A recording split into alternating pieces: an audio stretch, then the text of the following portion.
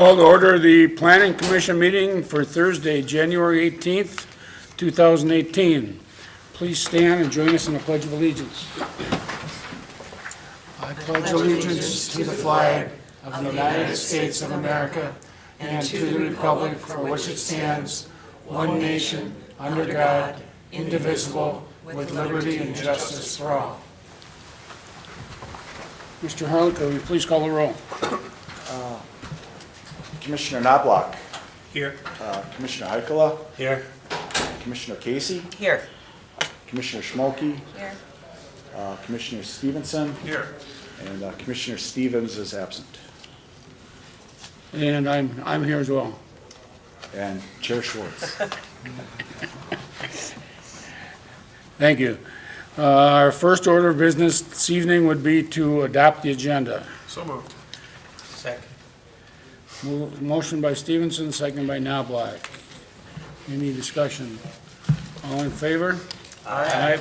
Opposed? Agenda's been adopted.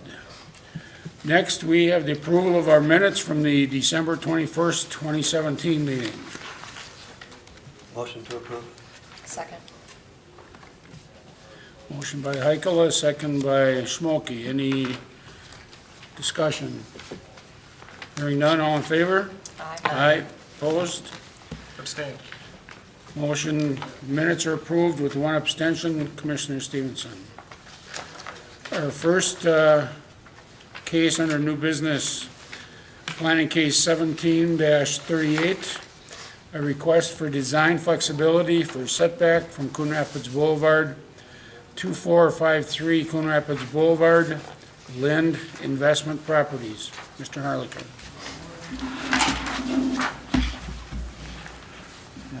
Commissioners and Chair.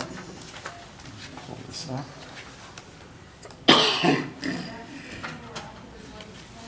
The first item tonight, what happened? There we go. Okay. If we get the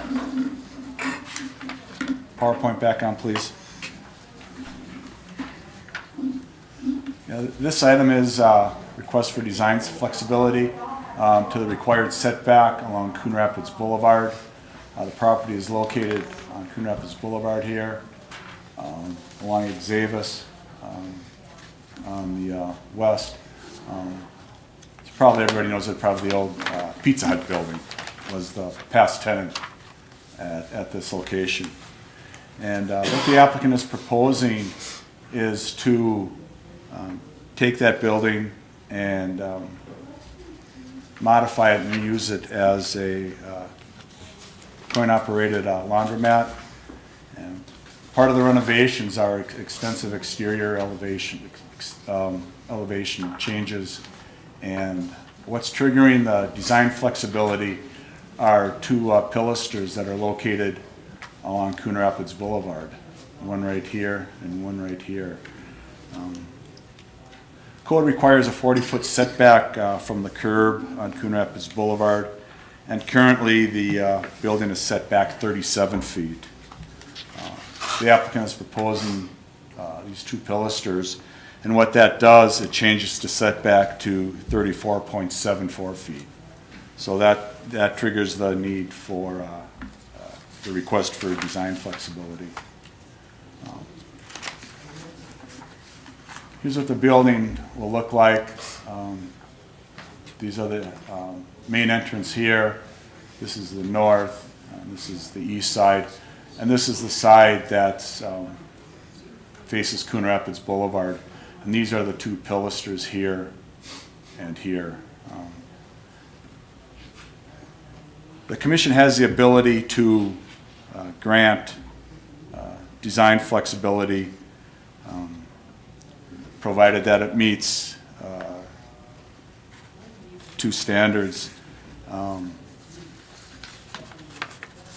The applicant must demonstrate that it's necessary to respond to site conditions and result in a better integration of the use. And what this does is it really dresses up this side of the building, and it provides, a horizontal relief. There's a close-up of the facade. These bump out about 2 feet from the existing wall, and they also extend up above the roof line.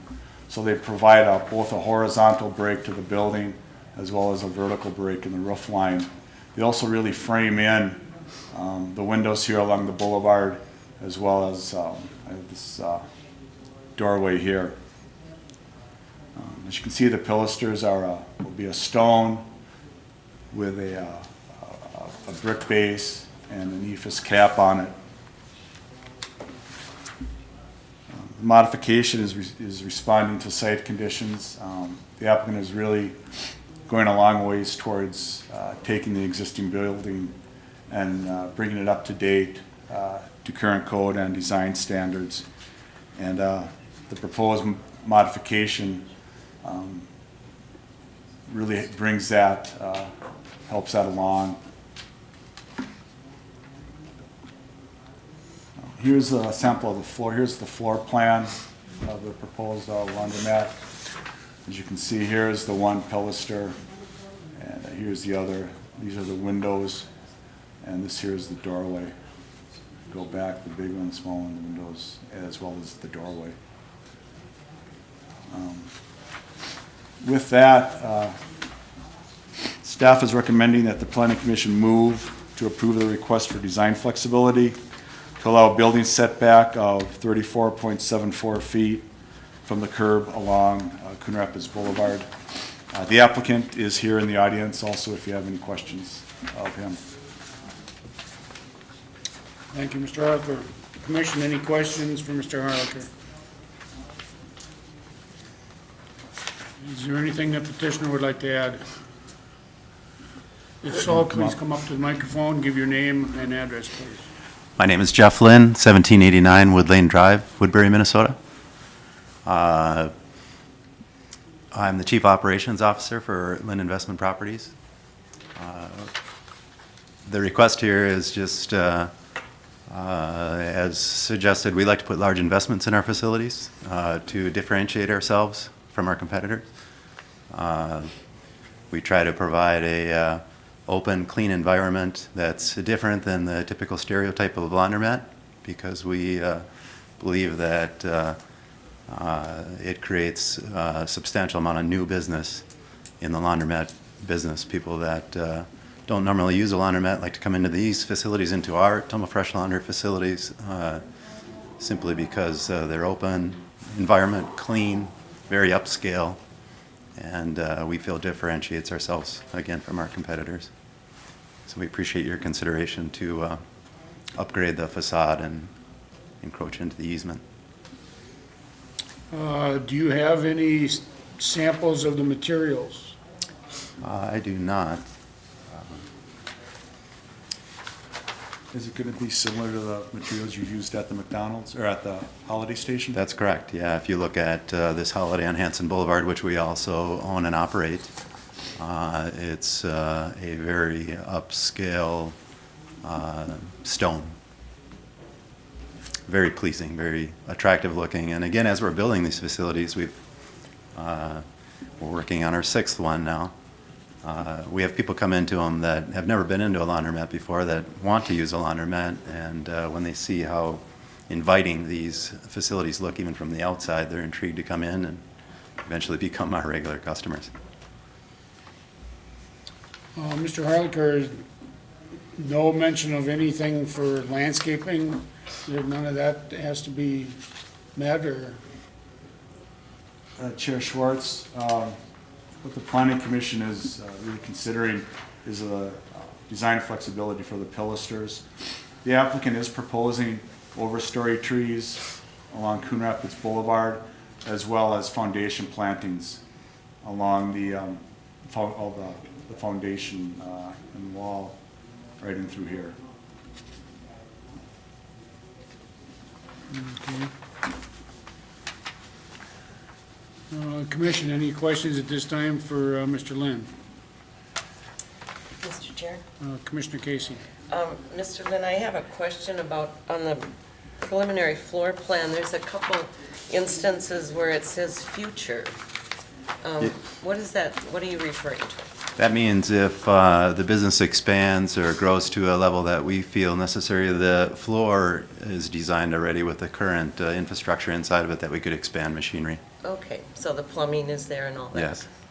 Yeah, especially some equipment out there now is very attractive and large, a 135-pound machine that you can wash a substantial amount of large rugs or whatever in, and we've been finding that these become so popular, they're used more than any of the other machines that we've had to go back in and add these in Okay. later. And is there outdoor seating? It looks like you've got some, what, on the north side? Looks like there's outdoor benches or something? Yeah, typically we put a bench right outside, and if space allows, we typically will put a picnic table in there, which is the all steel, very attractive, outdoor, long-lasting seating. Okay. I think the look is good. Thank you. It's really classy. It'll change that roof line a lot from what it is currently. Our goal is to dress it up substantially. We're putting a massive investment in this facility. Yeah. It's classy look. Thank you. Chair Schwartz. Commissioner Knobloch. I have a question for Mr. Harlicker. Is there, in regards to the north end of the property line, there, on the diagram, on the schematics, it says there's a block retaining wall. Is that still in existence there? It is, Because I does can't not recollect if there is along here. to my patronage there. If it is, it's really short, I guess.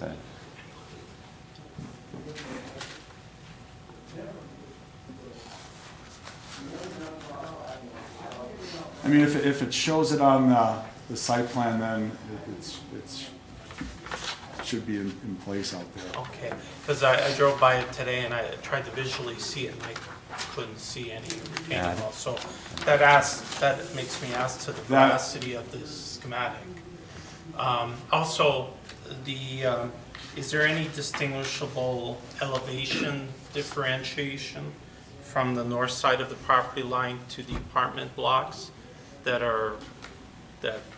is there any elevation variance there, or? I'm not sure Okay. if there is or not.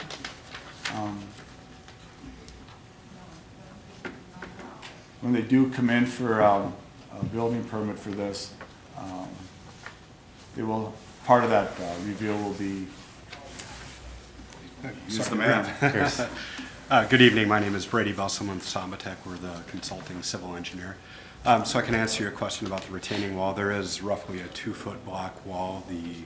The site to the Pizza Hut Tumble Fresh will be a little bit higher, and we do propose to maintain that as it stands today. Okay. Thank you. All right, if there's no more questions, you can, we'll possibly have more questions in the future. At this time, I will open a public hearing in planning case 17-38, a request for design flexibility for setback from Coon Rapids Boulevard at 2453 Coon Rapids Boulevard, Lynn Investment Properties. Anyone present wishing to speak on this matter?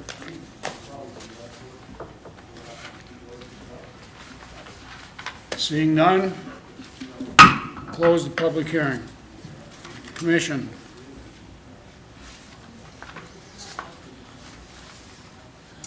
Mr. Chair, Commissioner Casey.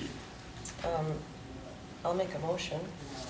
In planning case 17-38, I move that the planning commission approve the request for design flexibility to allow a building setback of 34.74 feet from the curb along Coon Rapids Boulevard.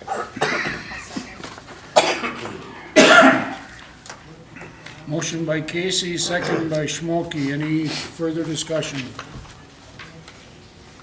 Hearing none, all in favor? Aye. Aye. Opposed? Motion carries. Congratulations. This is a decision by the planning commission. Again, can be appealed to the city council within 10 days if someone so chooses. Good luck. Next case is planning case 17-39, a site plan for a fast food restaurant at 13001 Round Lake Boulevard, RLB Northwest. Mr. Holliker. Yes, Commission and Chair, the proposal here is for a fast food restaurant called Raising Cane.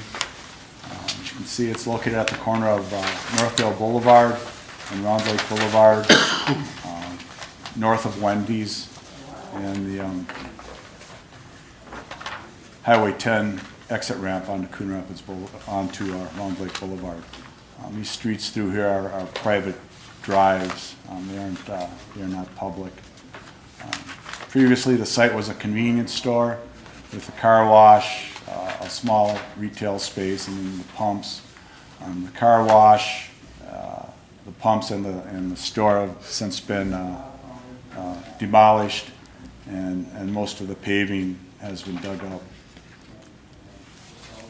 What they are proposing is a 2,946 square foot restaurant with 50 inside seats and 32 seats on an outdoor patio here.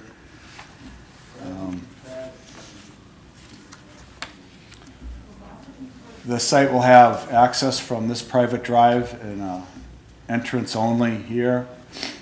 It'll have full access off of this private drive here that connects with Round Lake Boulevard, ingress and egress. And then this access here is exit only. We've got dumpster enclosures located here with access internal to the site. Parking, they're providing 25 parking stalls, diagonal parking here, parallel parking along this edge, and then diagonal parking again here. The parking meets the code requirement for the indoor seats. However, the outdoor seating triggers the need for an additional 16 spaces. The code does allow the commission some discretion with respect to parking. The commission is allowed to reduce the parking requirement if the applicant provides documentation supporting that reduction. The city code does not differentiate between indoor seating and outdoor seating. It just says one space per 2 seats.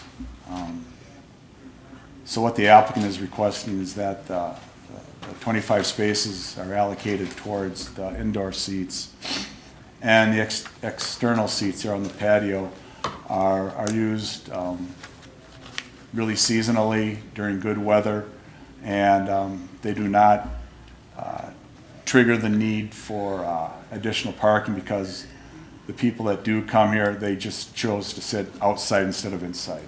It doesn't draw additional customers to the facility.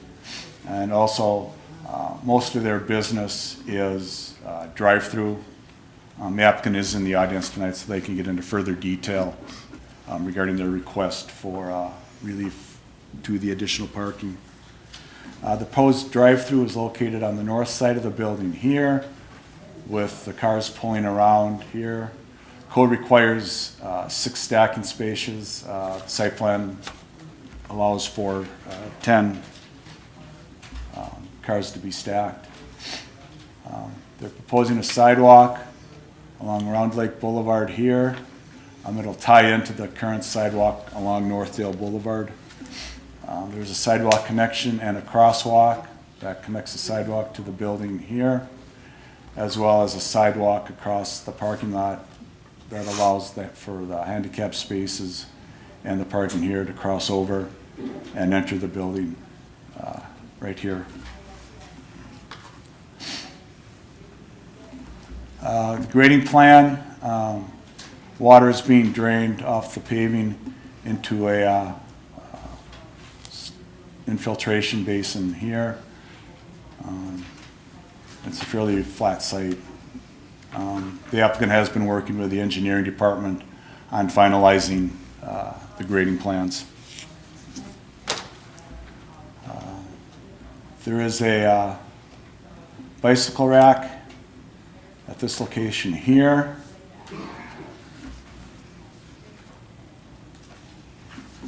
Landscape plan. We've got trees along, overstory trees along Round Lake Boulevard, trees and ornamental trees along here, as well as along this private drive here. Then they've got shrubs along the building, along this sidewalk here to provide a buffer. They do have got some shrubs along here. Staff is recommending that those be pulled a little bit further away from the curb line. That allow for the shrubs once they get mature so they won't get run over by the overhang from the cars. Code requires overstory trees along the street right-of-way here and along Northdale Boulevard here. This is a evergreen tree that should be changed to an overstory tree, and they should add 2 more overstory trees along Northdale Boulevard. They've got 3, code requires 5. The dumpster enclosure here will be screened by arborvitae. One of the conditions of staff's recommendation is that we get some more detailed plans regarding species of the shrubs that are going to be used. It's very general what's being proposed at this time. There's one tree that'll be preserved on site. That's down here off the private drive. Here are the building elevations. It's a mix of different textures and shades of ephes, 2 different shades of brick. It meets the design criteria for exterior elevations. As you can see, the exterior is really broken up by different blocks of the building, and each block is really a different material, different color. This elevation here is the front with the main entrance at this location here, a side entrance here. This is a pergola over an outdoor seating area with windows into the site. This is the east elevation, the service area. It faces the auto service business on the other side of that private drive. This side here is the north elevation. I believe with the drive, no, this is the south elevation right here. This faces Wendy's. You can see the different breaks in the material and color, breaks in the roof line, and this is the service area back here. This elevation here is the north side of the building with the drive-through window. As you can see again, the different materials, different colors really provide a variety of the building. Going back to the footprint of the building, you can see how these different blocks break up the flatness of the building, and they also provide opportunities for different materials. Signage is not being approved at this time. Signage is allowed on 2 walls and limited to 10% of the wall's facade. They have not submitted a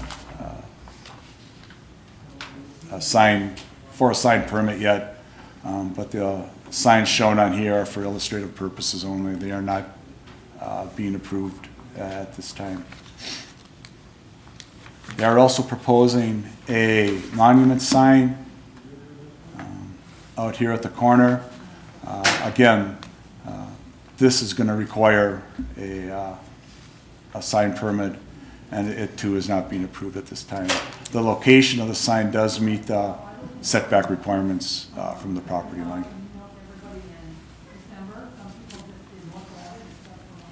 With that, staff will answer questions, and the applicants are in the audience tonight. Thank you, Mr. Harlicker. Commission, any questions for Mr. Harlicker at this time? Chair Schwartz. Commissioner Knobloch.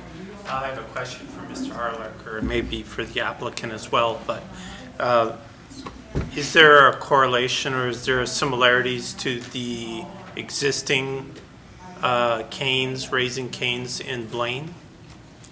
Like the design, like the exterior and the colors and such? I'll let the applicant address that. All right. Commissioner Knobloch. Mr. Chair, Commissioner Casey. I have a question for Mr. Harlicker. There's two crosswalks that come in on that west side and the south side for entrances. Is that crosswalk across the asphalt going to be delineated at all, or a different material, or not? Commissioner Case, my belief that it's just going to be striping, a striped crosswalk. Okay. Not a different material, but just No. a marked area. Okay? Thank you. Any other questions for Mr. Harlicker at this time? All right, at this time, I will open a public hearing in planning case 17-39, a site plan for a fast food restaurant at 13001 Round Lake Boulevard, RLB Northwest. Is there anyone present wishing to speak on this case?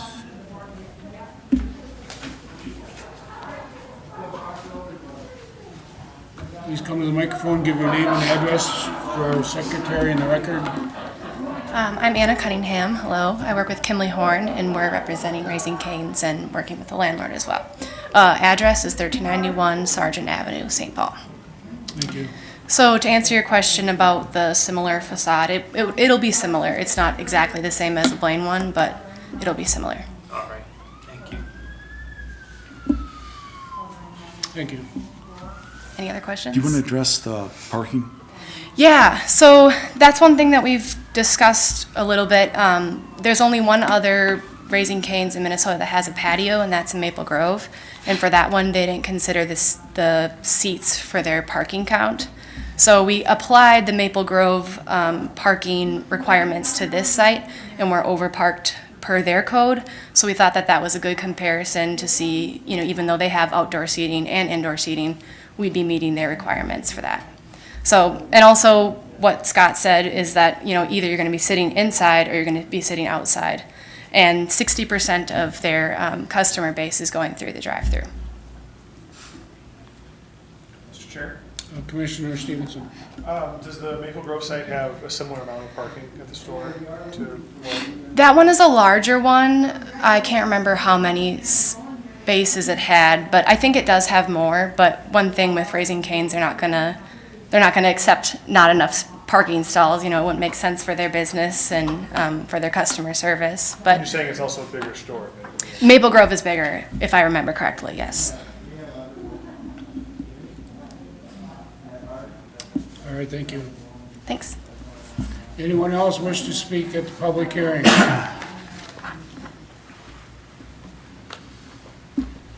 All right, I will close the public hearing. Mr. Harlicker, I have a few questions. Looking at the site keynote plan that we got, which is marked C5.0, under the site notes, number 13, says the building is not fire sprinkled. A restaurant with fryers and they don't have sprinkler system? I would have to How does refer that that to meet the fire code? building official. It'll have to meet all state building codes.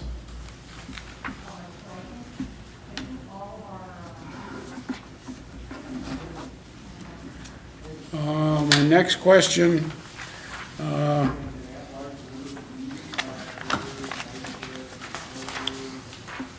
this probably would be for the representatives from Cane's. How many employees are normally on duty at, the maximum number of duty on duty at any given time.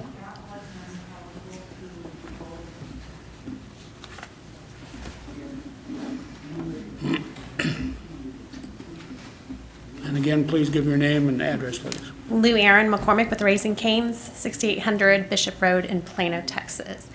At one time, we typically have anywhere from 13 to 15 employees working per shift. All right. Then my other questions, for the most part, pertain to the parking issues. And if you're going to have up to 13 employees, quite a few of those are going to have transportation to and from work. So I don't believe your 25 stalls is enough even for the restaurant, let alone the outdoor seating. How do you justify that? If your employees are going to take up half, possibly up to half of your parking stalls? So we do have quite a number of locations across the U.S. and do not come across that problem. A lot of our employees are younger and aren't able to drive themselves to work, so they do either take public transportation or get dropped off by somebody. And the ones that do are parking still, 60% of our customers do come through the drive-through, so we don't ever anticipate having a problem with parking on site. My next comment pertains to, Mr. Harlicker, if you could pull up the photo that shows the restaurant location and the Wendy's location.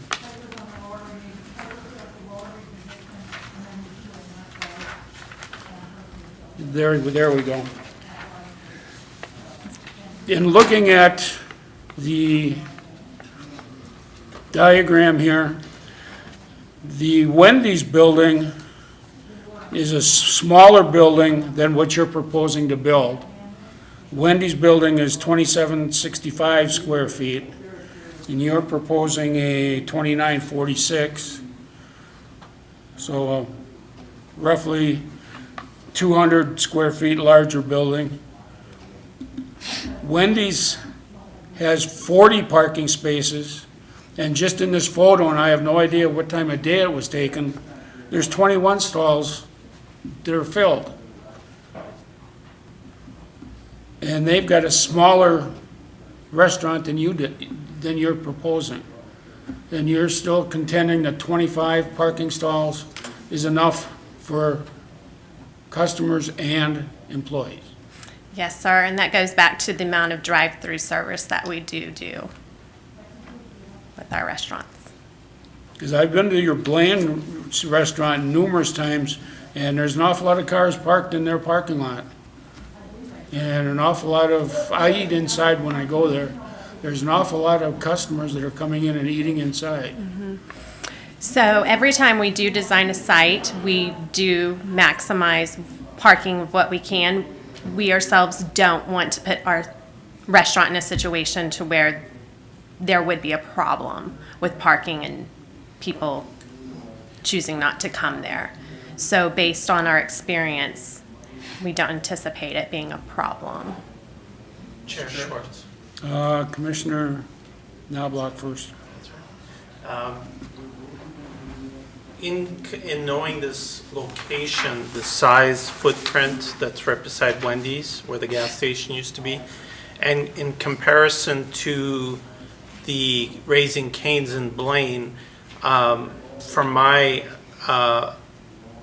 looking at having been there multiple times, the location, the footprint in Blaine is extremely small compared to the size, and it seems to function. And I would estimate that I would say that 80 to 85 minimum is the drive-through traffic that seems to work, even though it's a very small footprint in Blaine, with more sizing, not knowing the exact size of the Blaine location, but the size that I know in Coon Rapids, it appears to be a lot larger. So I would perceive it to be more functional than in comparison to the other location in Blaine. And Commissioner Stevenson? My comment was that if I'm understanding this correctly, the amount of parking that's required for the indoor space is met. That the code would require 25 spots if it was just the indoor spot. It's only the outdoor seating that pushes us over the top here in terms of what's required by code. And I tend to agree with the applicant that the existence of outdoor seating isn't going to necessarily increase the amount of people that are arriving at the restaurant. I also really, in the memoranda that they submitted along with this, they write that in a cold climate, building additional stalls for seating that's only potentially used for a minority of the year isn't an efficient use of land. And I tend to agree with that, that we shouldn't be basing year-round parking considerations upon seating that is only used a few months out of the year, and we don't have any evidence is actually driving increased use at the site.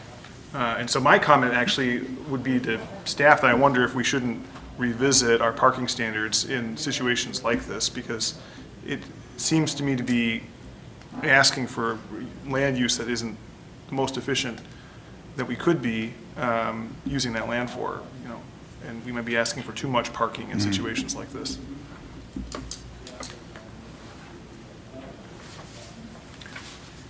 Thank you. And then my final question is, do you have a materials board for materials you're planning on building Do with? not. So we're going to have it mailed, and unfortunately, it comes from Louisiana, and Mother Nature, FedEx was not able to ship that. So we can have it arranged to be shipped afterwards, but we did not this time. Well, coming after we make our decisions here tonight isn't do us any good. All right, thank you. Thank you. And Commission, any other comments, questions at this point? Mr. Chair. Commissioner Schmolke. So I want to just add a little bit to the comments already made, and I too am not so concerned about the number of parking spaces. I think it can sufficiently handle it. I'm sure that they've done their studies, agreed to with the 25 for the seating that's inside the building and so forth.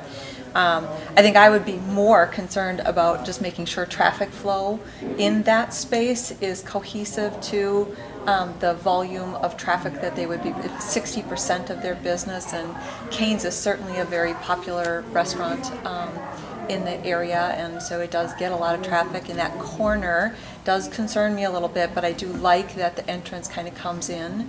I believe it's off of that back road, right, and it exits to the side, so that takes away some of the traffic flow on the Northdale and Round Lake Boulevard, which I think is good. So I think my point is, I just want to say I think that I don't have an issue with the parking spaces, and I do think that the traffic flow, which is what would concern me more, is adequate. All right, Mr. Chair. Commissioner Casey.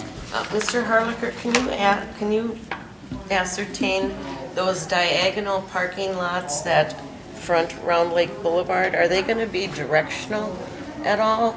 I mean, is it just pull in from either direction and park parallel? I guess they're going to be parallel parking, not diagonal. Yeah. There's 5 or 6 of them. Are they going to have signage or anything like that? Commissioner Casey, the traffic flow here, it's one way going this way. So those stalls there will be accessed from the north and pull Okay. in. And then either go out this way or go out this way. Yeah, okay. Yep, I see what you mean. You know, and I will add one more thing to what Commissioner Stevenson said about re-looking at parking requirements. When I am up at the regional area, the shopping center, I see nothing but parking lot. And I think that that could be addressed maybe sometime down the road, whether it's this business or another. But there's a lot of land sitting there striped. Yep. And Commissioner not being Casey used. and Chair Schwartz, since those projects were developed, we have revisited the parking and reduced them once already. but certainly it's something that it's an ongoing process. You're seeing that with the Home Depot parking lot, with the new commercial building going in there. Yeah. Mr. Chair, Commissioner Heikler. kind of off topic a little bit, but if you're talking about parking, not only Coon Rapids, but all over, it's frustrating when you pull into a park and you can park and you come out and you've got 10 feet of car on either side of you when you're backing out, trying to back out so you can see around them.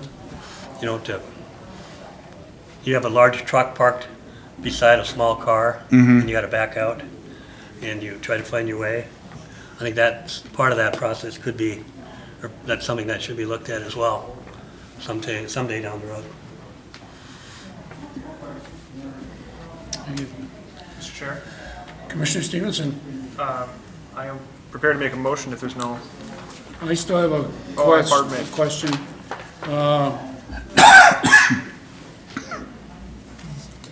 Mr. Harlicker, I know we're not dealing with the wall signage at this time, but the fact that their design is proposing 4, or depending upon how you want to count it, 5 signs on the building, and our code allows for 2, what the petitioner's thoughts are on whether they're going to be able to meet our requirements of 2 signage. I'll have to let the applicant answer that.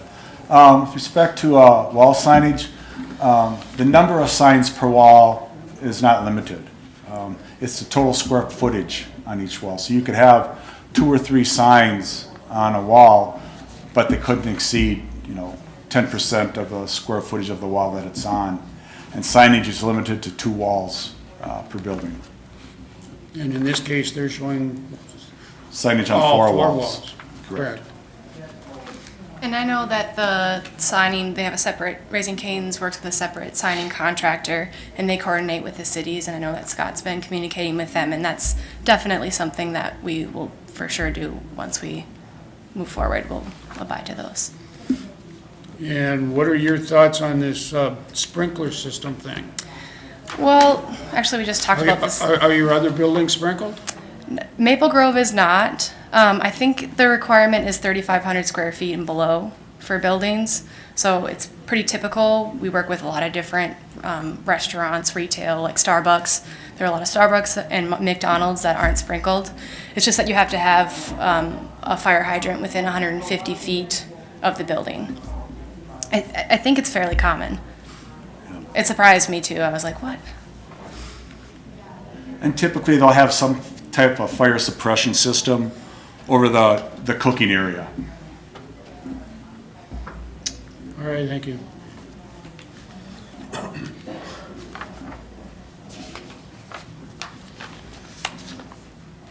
right, Mr. Stevens, Commissioner Stevenson, that was my last question. So I would move in Plan Case 1739 that the commission approve the proposed site plan for a fast food restaurant with the conditions stated in the memoranda. Second. Motion by Stevenson, second by Knobloch. Any further discussion? I would just add that I'm a fan of Raising Cane's, and I'm happy to see it come. It's not too far from my house, it's a 10-minute drive, so I will be there. Love chicken. Be disastrous for my diet. Yeah, exactly. All right, we have a motion and a second. All in favor? Aye. Opposed? Aye. Motion carries. Commissioner Schwartz opposed. This is a decision by the Planning Commission and can be appealed to the City Council within 10 days if someone so chooses. Good luck.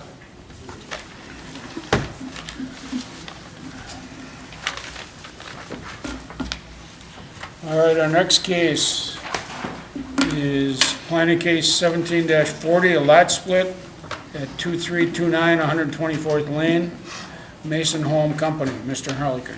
Yeah, Commissioners and Chair, the applicant is proposing to subdivide this 1.46 acre parcel here into 2 lots.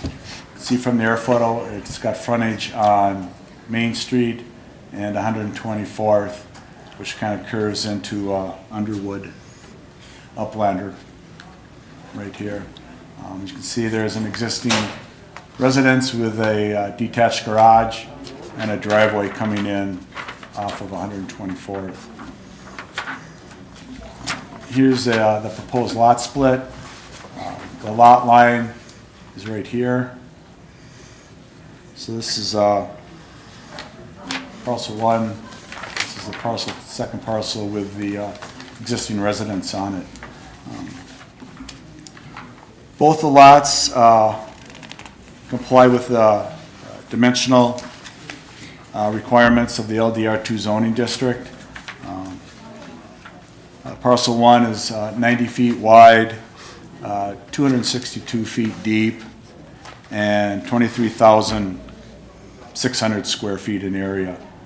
This parcel here is 153 feet wide, 262 feet deep, and over 40,000 square feet in area. For comparison, the minimum lot width is 80, depth is 135, and square footage is 10,800 square feet. As you can see, both lots have frontage on Main Street as well as 124th. No access is allowed to Main Street. And this residence here, its initial driveway did come in off of Main Street. When they did the upgrade, they moved the driveway and made it come in off of 124th. So this new residence will have access to 124th at this location here. The exact placement of the driveway will be determined at the time of building permit. But since it's on the outside of the curve, you've got good visibility down this direction, as well as good visibility down Uplander. City engineer has reviewed the proposed lot split and did not have significant issues. Park dedication, the original lot was platted back in 1934 and predating park dedication. So park dedication for the two lots will be due prior to releasing the lot split for recording. And planning case 17-40, staff recommends that the planning commission move to approve approval of the proposed lot split with the 3 conditions in the staff report. Thank you, Mr. Hogger. Commissioner, any questions for Mr. Hogger at this time? Mr. Chair, Commissioner Stevenson. I think I might know the answer to this, but I'm still going to ask anyway. The frontage that the lot appears to have on 124th is exceedingly small. It's hard to imagine that you could actually get a driveway into while staying on the property that's encompassed in the as it's encompassed on this diagram. If you can gather what I'm saying there. Can you talk about how access works in a situation like that? Well, in this situation here, Commissioner Stevenson, the right-of-way extends to this dot right here and goes down this way. So all this here is frontage on the right-of-way, and this area here is actually deeded. It's a right-of-way easement. So it's actually a public street easement extending across the front of this property to this property line here. So they could really come out anywhere here, and anywhere from this dot here over is where their driveway could come out. Because that's about 35 feet. Because the area south of that is public. It's not part of Correct. private property typically. Yep, all this area, When you look just this south of that. dashed line here is the edge of the right-of-way for Uplander. So all this area in here is city right-of-way. Chair Schwartz. Commissioner Knobloch. I have a question for Mr. Harlicker. The west boundary of this parcel 1 lot is, that is wetland, or what actually is the designation? Is that the Coon Creek watershed land, or could you describe The that? property to the west is a single-family home, right here. Oh, okay.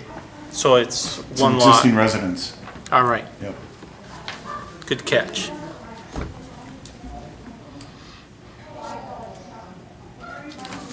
Any other questions at this time?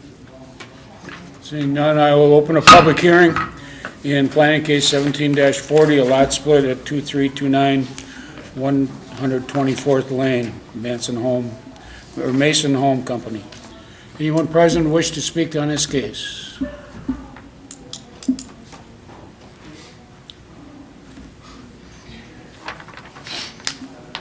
Please give your name and address for the record, please.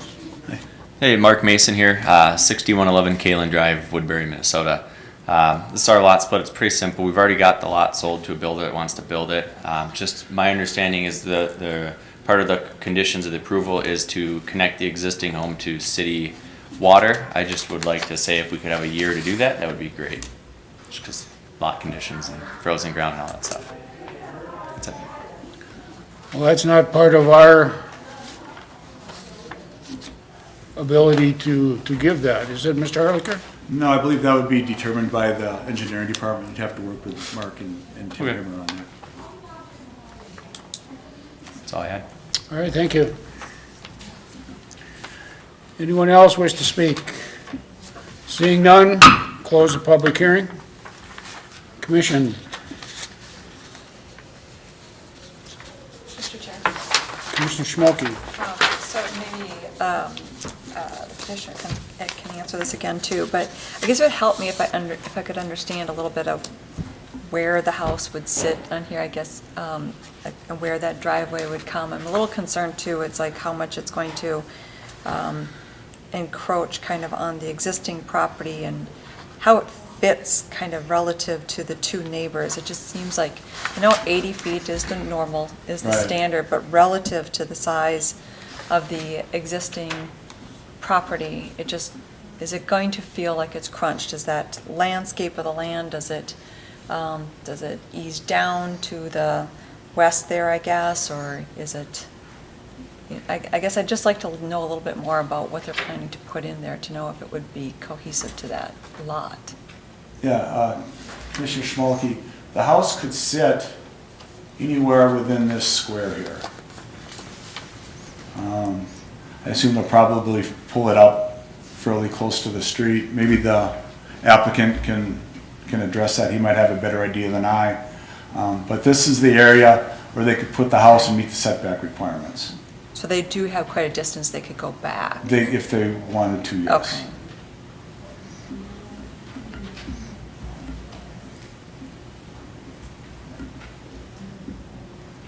Any other questions? Are we ready for a motion? Mr. Chair, Commissioner Casey.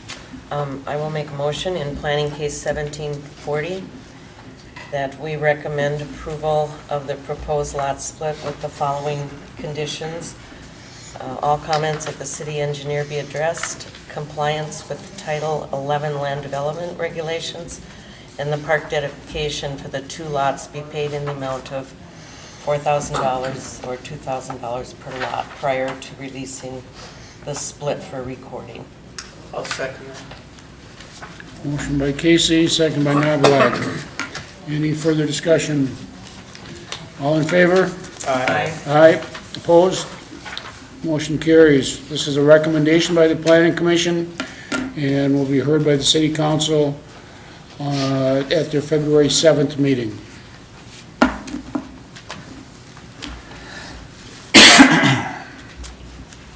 All right, next we have Planning Case 17-41, an ordinance amendment to require an inspection prior to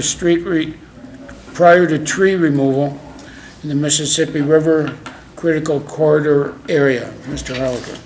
Yeah, Chair Schwartz and Commissioners. What the proposed ordinance does is it requires city approval prior to removing trees within the Mississippi River Critical Corridor area. Essentially the lots along the river and in some places a little bit inland.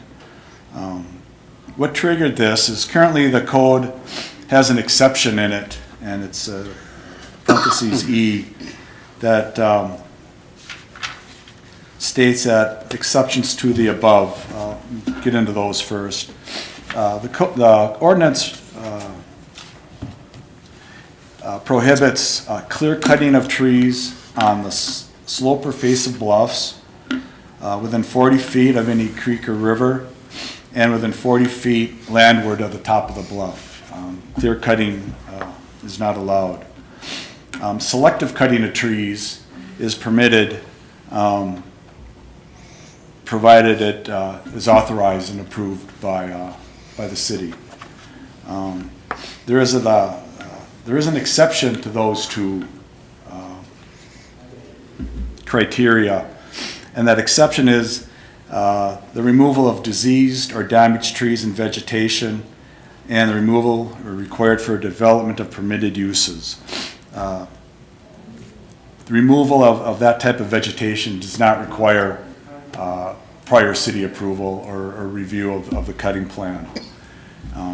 And what's happened on two lots on the river is the applicant went in and had a tree removal service come in and cut down the trees, and they supplied a letter to the city saying the trees were damaged, diseased, that's why we cut them down. The city was unable to verify that prior to the removal, and so that triggered the thought that we should probably have some sort of city review of the exceptions as well as a selective cutting. It just makes sense to have city review both processes and not just one. So what staff is proposing is the removal of trees and other vegetation under this exception requires prior approval by the city forester. Again, so the city forester and staff, probably myself, would go out with the applicant and their landscape person, review the trees that they propose to mark down and verify that they are indeed damaged, diseased, unhealthy trees. So that's what the background to the proposed ordinance, what the ordinance does. Thank you. At this time, I will open a public hearing in planning case 17-41, an ordinance amendment to require an inspection prior to tree removal in the Mississippi River Critical Corridor area. Anyone present wish to speak to this case? Seeing none, close public hearing. Commission. Mr. Chair? Commissioner Stevenson. I want to start by saying I kind of agree with the spirit behind this. And it is really troubling, the scenario you described that gave rise to this issue. My question is though, when I look out my back window, I've got a little pine tree that's, I'm sure, greater than 4 inches in diameter that I've been watching, I think, die over the course of the fall and into the winter. I think it lost a battle with a couple neighboring trees and is pretty brown at this point. That I wouldn't be clear cutting anything if I wanted to remove that, it'd be one tree, right? Correct. But as I'm reading this document, removing that one tree, now I need to call up the city and have someone come out and inspect it before I remove my one tree, right? Because basically says that I can't, clear cutting's removed, but I can selectively cut, so I can cut one, but I can only cut it if it's diseased or damaged or dead, and only if I get someone to come out and look at it first. Am I missing something here, or is that accurate? I think I would look at parentheses B, selective cutting of trees greater than 4 inches. So if it was less than 4 inches. Yeah, but I think this tree is more than 4 inches. Okay. So, Yeah. it's been around for a while. But it's just one tree, and I'm just wondering if the city really wants people to have to come out to inspect. I understand if someone's saying, yeah, I cut them all down because they're all Right. diseased or dead, and it's, I understand the problem you're trying to solve here. Mm-hmm. I just wonder if we've created too broad of a, yeah. Well, first, it's limited to that particular zoning district. That's true. Citywide that we're addressing with. Of course, I happen to live in that zoning district, so we're still applying to my tree. And you know what? If I have to do it, that's fine. And I'm it just- applies to a lot of, I mean, Yeah, there's yeah. a lot of properties that would be included in that, and a lot of them that have mature trees and potentially damaged or diseased trees, so. I think, yes, I think, where do we draw the line, I guess? Do we wanna draw it at one tree, do we wanna draw it at 10 trees? Where does that happen? Do we wanna try to avoid, I think there's obviously a heightened interest on the river to make sure that we protect those trees in that particular area. So, that's a decision, I guess, probably for planning commission or the council to decide where do you want to sort of draw that line. We've decided to draw it, where we can protect as many as possible. But yeah, it does create sort of potentially a lot of work for people. Mr. Chair? Commissioner Schmolke. In this particular case, how did we learn of the trees being cleared in the first place? And is it common knowledge, understanding, like how do the residents in this area know that they're supposed to be doing anything to begin with? Is it more of a communication problem, is my question, kind of in response to what you're saying, or is it more in an education, or is it a problem because it's being ignored? One case, Commissioner Schmolke, a neighbor called. Okay. I don't know if it was a neighbor, but somebody drove by and saw what was And I going on. can see where and that called could us. be an issue, By the time we especially got if it out there, affects your view of the trees were down and. river, et cetera. attention to that stuff. Exactly. So I understand that.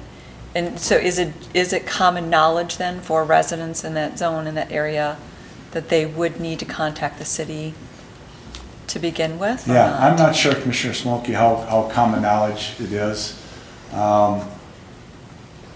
So if we put this in place, how does it change the problem?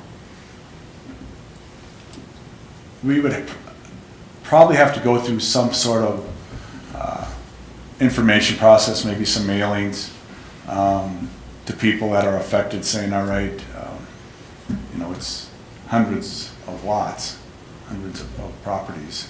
Get it out there on the city's website, things like that, and try to get it in the paper so people do become aware of the issue. What I'm imagining this does is it gives the city some recourse, right? Because if, in this situation, the problem is, they're saying they're all It's diseased or done. damaged, which It's a done is deal. almost Exactly. certainly not true, but how do you do anything about it? Exactly. After the fact. I do think, I think people who live on the river know that with the stuff I that's, don't live on the river. the stuff that's on your riverfront, there are restrictions on what you can do, right? I think most people kind of get that, because there are like layers of rules Yes. now between the DNR and the city and the watershed, and so whenever you're tinkering around with your riverfront, you end up having to navigate a lot of different layers there.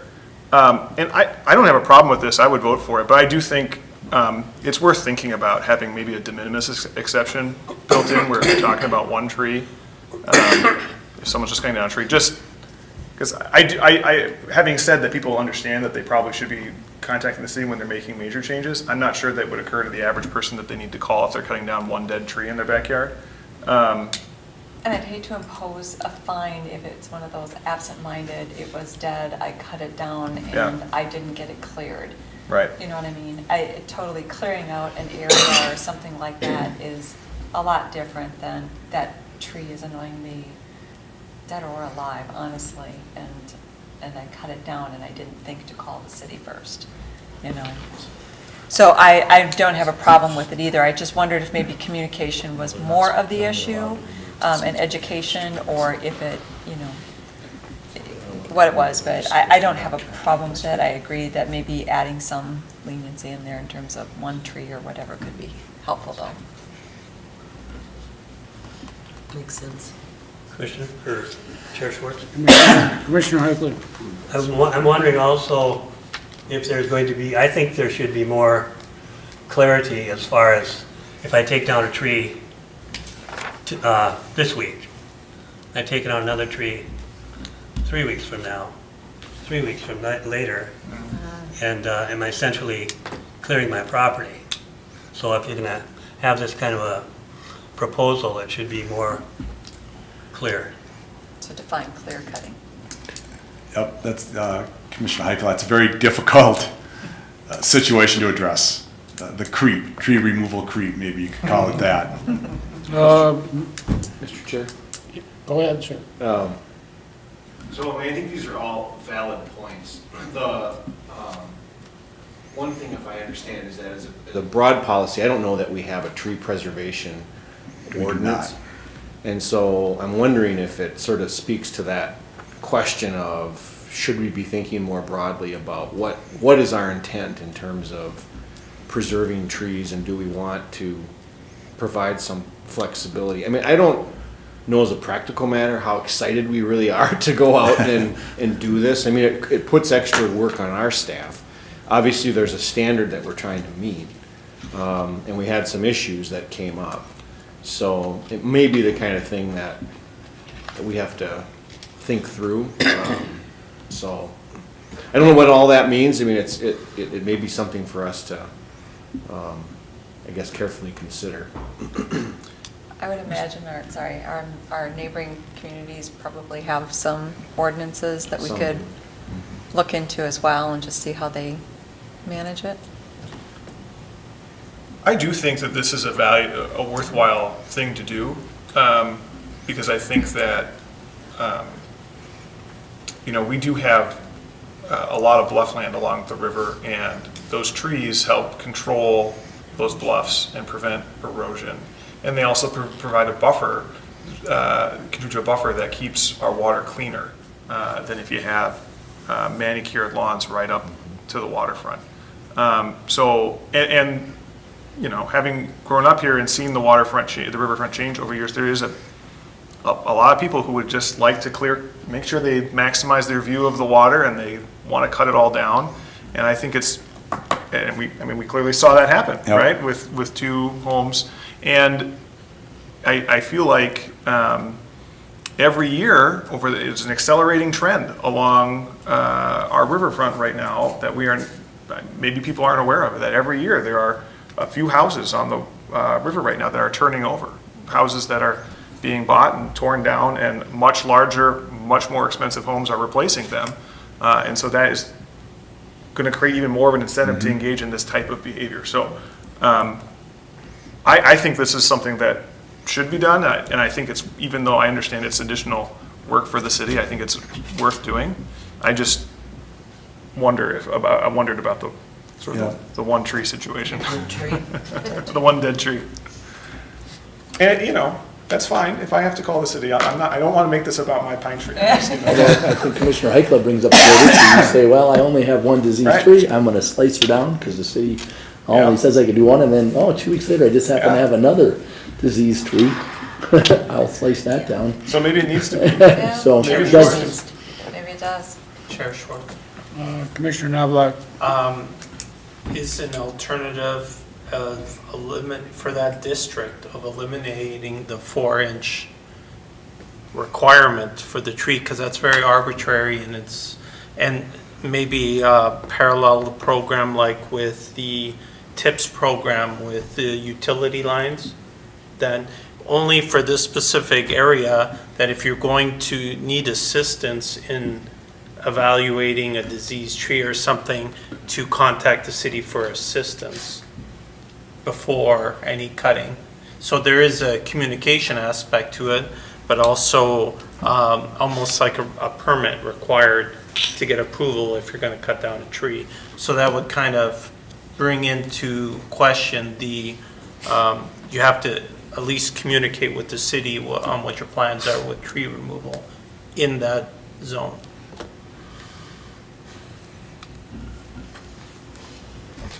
all right. Are we ready for a motion?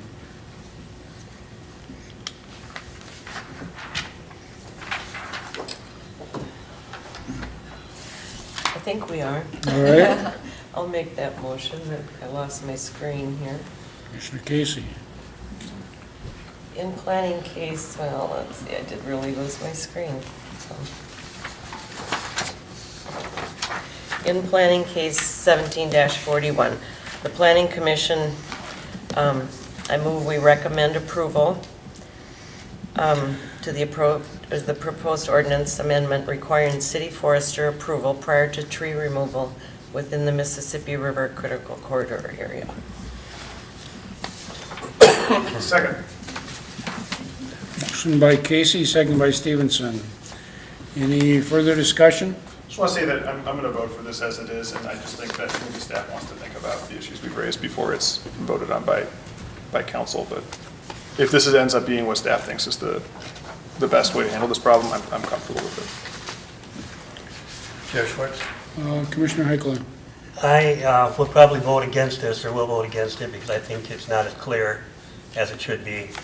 I don't want to say clear cut, but it's not. It's not as clearly defined and worded as I think it should be. All right, we have a motion and a second. All in favor? Aye. Opposed? Aye. Motion carries. Commissioner Heikela opposed. This is a recommendation by the Planning Commission and will be introduced by the City Council at the February 7th meeting.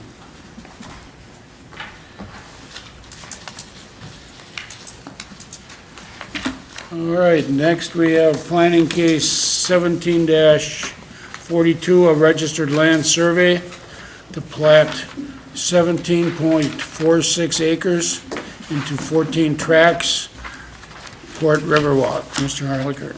Yeah, Chair Schwartz and Commissioners. Excuse me. You can see from the air photo here, this is a registered land survey for a portion of city-owned property in Port Riverwalk. With egret here, and public streets coming in here, an old road going through the property here, and I believe this is Bluebird down at this end here. What this RLS is intended to do, it's to eliminate title discrepancies that have come up during the title research that has been done on the part of the city to prepare the property for sale. So this is essentially more of a housekeeping issue. With the this RLS, it makes the transfer of the properties easier because you don't have all the title issues and long legal descriptions of these different streets and right-of-way and properties in here. This is really the first one of probably 4 that the city is doing. The next one is, we're calling it the central portion of the site. And then there'll be 2 more later on this spring that will address the properties on the east end of Port Riverwalk. When the property is ready for development, part of that development process will be final platting the properties into the lots that fit with the proposed development. Thank you. And here's the proposed registered land survey.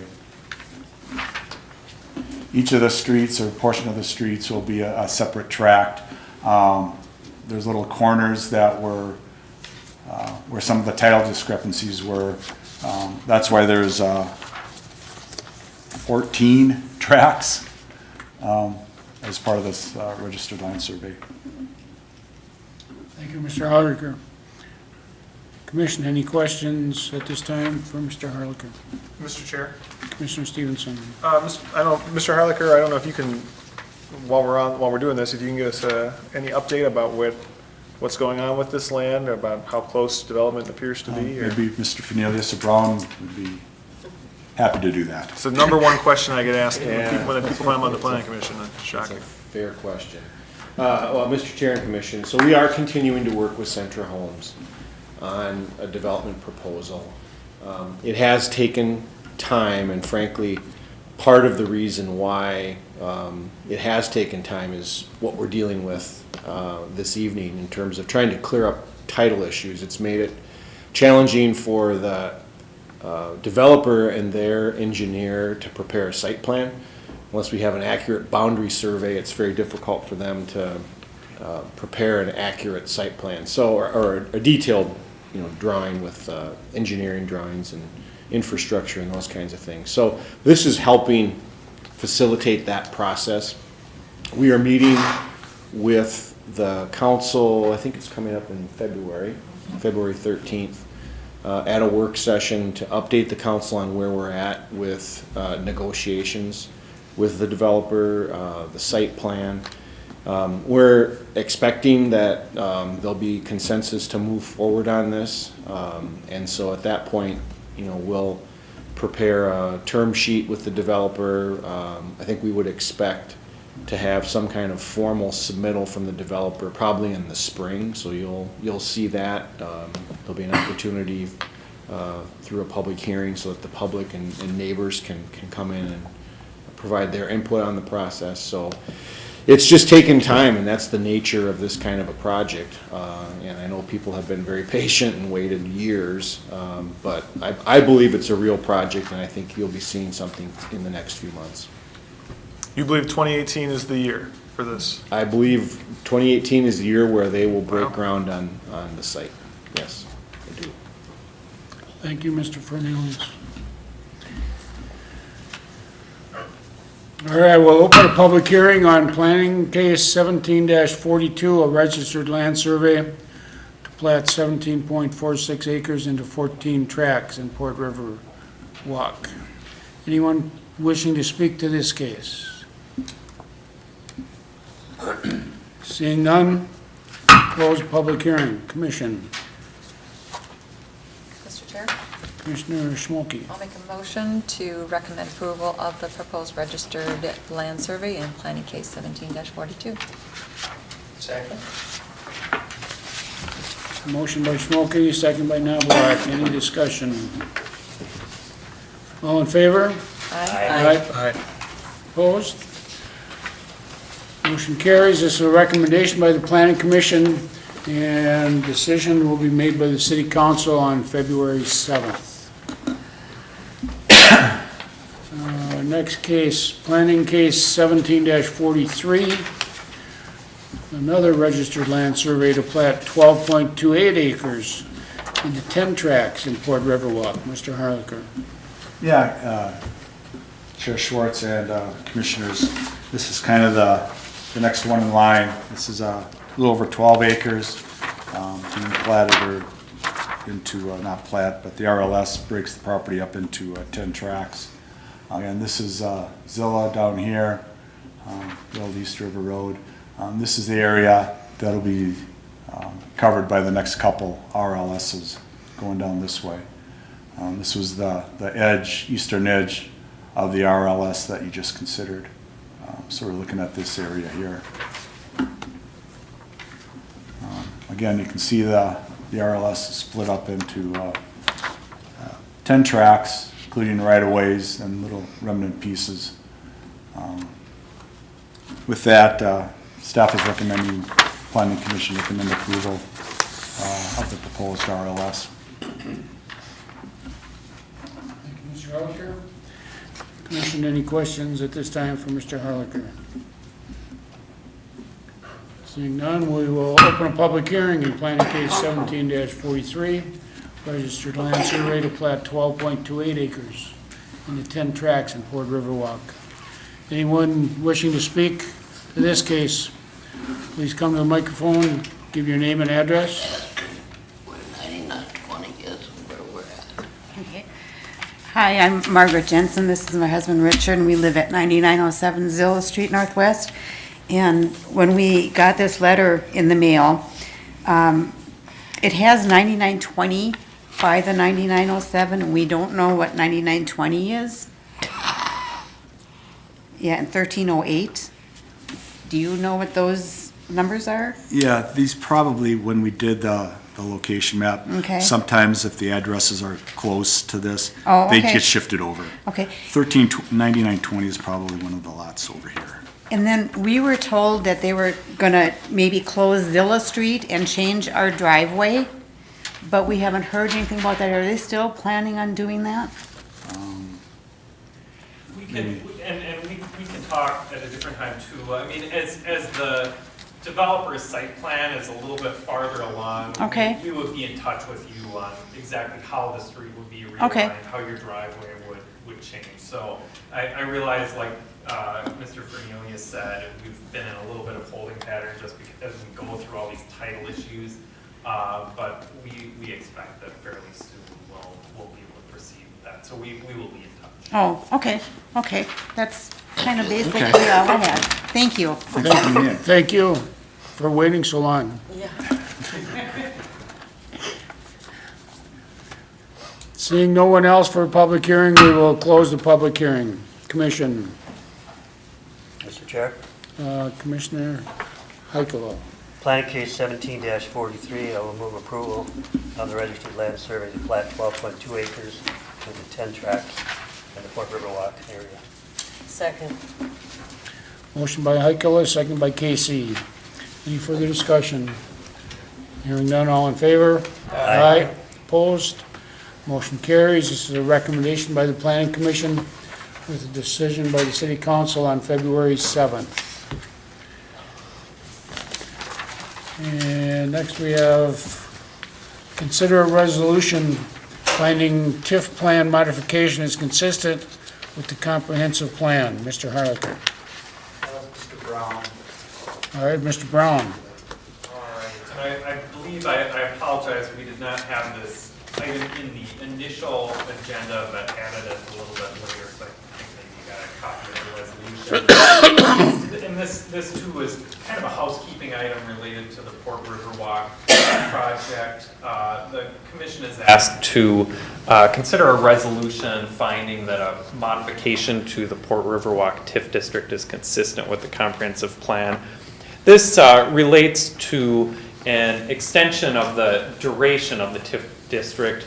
Last legislative session, we had sought and were granted special legislation from the state that extends that district for another 5 years because it is a redevelopment district. State law requires that the district is established within a certain time frame of the buildings being demolished. So that was obviously established back in about 2006, 2007. Because there was a recession in there and development hasn't gotten off the ground, we've kind of lost out on some tax increment there, which is why we wanted to extend the district for another 5 years to, one, help repay the city for some of its initial acquisition costs, and two, potentially assist with some of the new infrastructure and development related work at that location. So the overall district you can see on the screen there, generally both sides of Coon Rapids Boulevard between Egret and Avocet. The council will be considering this modification in early February, so that's why we're asking the Planning Commission tonight to consider the resolution finding that the modification is consistent with the comp plan. The original district was found to be consistent with the comp plan, so staff believes that this modification is also consistent. The area is guided both commercial and residential mixed use by the future land use map, and the proposed development most likely will be residential, but we believe that is consistent, so recommend that you approve or adopt the resolution. Thank you, Mr. Brown. Commission, any questions for Mr. Brown?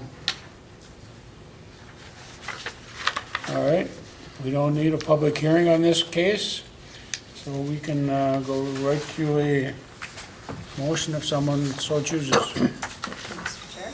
Commissioner Schmolke. In planning case 18-1, we move to adopt resolution, the modification to the tax incremental financing plan for tax increment financing District 6-1 conforms to the comprehensive plan. Second. Motion by Schmolke, second by Heikelo. Any further discussion? Hearing none, all in favor? Aye. Aye. Opposed? This is a decision by the Planning Commission. And on to other business. We have the 2017 annual report from the Planning Commission. It sure makes us look like we did an awful lot of work. again, just like last year. We'd like to commend Commissioner Casey for having perfect attendance. Woo-hoo. Checks in the mail, right? We'll give you a gold star next month, if I remember to bring it. It shows we did quite a bit of work, I guess. We are doing something. Mr. Harlicker, anything you'd like to add concerning the report? Not at this time. Suppose I should just recognize that you did receive the annual report. Mr. Chair, if I could just say something from the staff perspective. 2017 was a very busy year, as the report indicates. We're expecting 2018 will be very busy construction-wise, and so as those projects come forward, we'll certainly provide you with updates. I want to express, from the staff level, we appreciate the time that you invest in serving the commission, serving the city. We really value the input that you provide. I think it makes for a better process. You ask good questions, and I think you reflect well on the thoughtfulness of the process, which is important in the work that we do. So I want to thank you for the time that you put into this as well. Thank you. All right, Mr. Harlicker, anything else you wish to update us on as far as current development? Well, we do have a new fitness center going into Riverdale Commons Experience Fitness. It was in the old Gordman's space. They've submitted building permits and it's currently under review. Sportsman's Warehouse is looking to relocate they're coming back into the city, and they're looking at the Sports Authority space in that same shopping center. In fact, they'll be in for a sign variance next month for some additional wall signage on the front of their building. If you notice, the work out on the retail buildings in front of Home Depot is done for the winter. They've shut it down. They'll be up and running again next spring, hopefully working on opening up the spaces this summer. I was told the owner of the property is opening up a restaurant in there, and he's moving along with his plans for finalizing his plans for the restaurant layout. I noticed they're coming right along with the church at the old Liberty Park Grocery on 105th and Foley. You got quite a building going up over there. And what do you have in store for us for next month? At this point, probably the workshop and another phase 3 of the Port Riverwalk RLS, and possibly plotting of some city property into a buildable lot. All right, thank you. Sure. Commissioner Stevenson. Can I ask about a couple things I've been wondering about, or development projects? So there have been some reports in the news about the watershed building near Alphalin Park over off Avocet and Coon Rapids Boulevard. Is there any update on what's happening with that? I haven't, yeah. Mr. Chair, Commissioner Stevenson, no, there's not. That was a fairly active project, I want to say, probably about a year and a half ago, last summer, maybe. Mm-hmm. And then we haven't heard anything. I know that there were discussions about how they wanted to finance the building. They had secured a contractor or a general contractor to help them with that process. We had many meetings with them to kind of talk about where they were at. It's kind of a unique situation in that it's city-owned land, and ultimately we would probably have to lease it to them as opposed to selling it. We never really got through those details. That's something that we need to figure out. But we haven't heard an update on where they're at in that process, so. Okay. I also wanted to ask about the Pedersen's Floral site. Any update on that since it has gone through? Again, they were in several months ago with some potential buyers who were, we're ready to go, and then haven't heard back from any of it yet.